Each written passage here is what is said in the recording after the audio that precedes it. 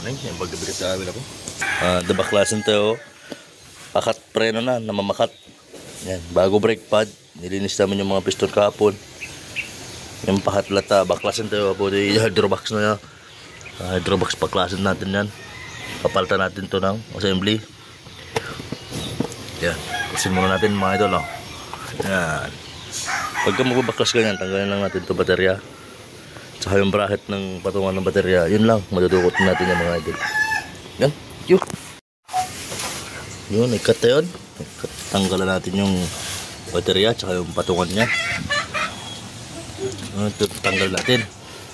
Tanggalin lang natin itong dalawang Gs. Yan, hugutin natin itong hose ito. May fluid, reko.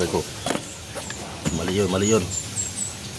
Yan, may fluid, pero tatanggalin ba natin yan. Napaga lang, lumapon tuloy. Yan, tsaka yung 12 na yan. Dalawa yan, 12. Ay, baklasin muna natin, wasak.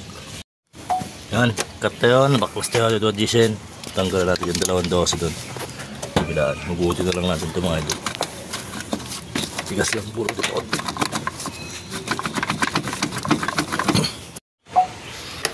Tanggalan natin mga idol. Medyo mahirap tanggalin. Yan yung pagkata natin. Sup Toyota Vios.